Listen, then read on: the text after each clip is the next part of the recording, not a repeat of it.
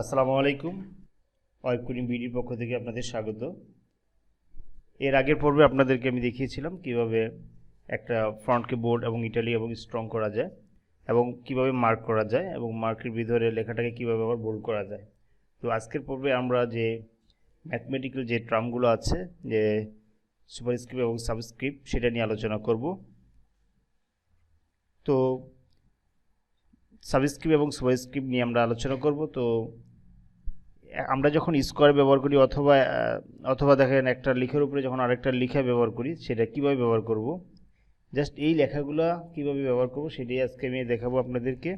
তো আমি যদি আপনাকে আমার কোডিংটা আগে একটু রিফ্রেশ করে দেখাই, তাহলে আপনারা বুঝতে পারবেন।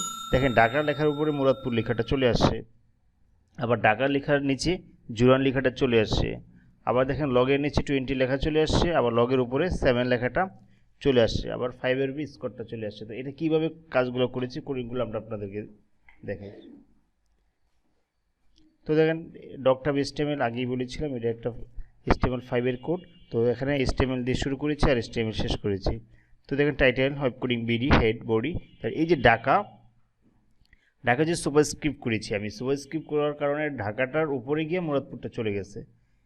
তো এটা ট্যাগ হচ্ছে সুপারস্ক্রিপ্ট। তো এই সুপারস্ক্রিপ্টের জন্য মুরাদপুরটা চলে আসে। আবার আমি ব্রেক দিয়েছি যাতে একটা লাইন নিচে চলে যায়। দেন আমি কী করেছি, সাবস্ক্রিপ্ট করেছি। কি সাব করেছি সেটা হচ্ছে ঢাকাকে আমি জুড়াইনের নিচে নিয়ে আসছি। তো ঢাকাকে যখন জুড়াইনের নিচে নিয়ে আসছি, তখন এটাকে আমার সাবস্ক্রিপ্ট করতে হয়েছে। তো আমি যখন লগ 20 লিখেছি, তো দেখেন লগের নিচে 20 চলে আসছে। তো এটা আমার কী করতে হয়েছে, সাবস্ক্রিপ্ট করতে হয়েছে। দেন আমি এটা ব্রেক দিয়ে নিচে চলে আসছি।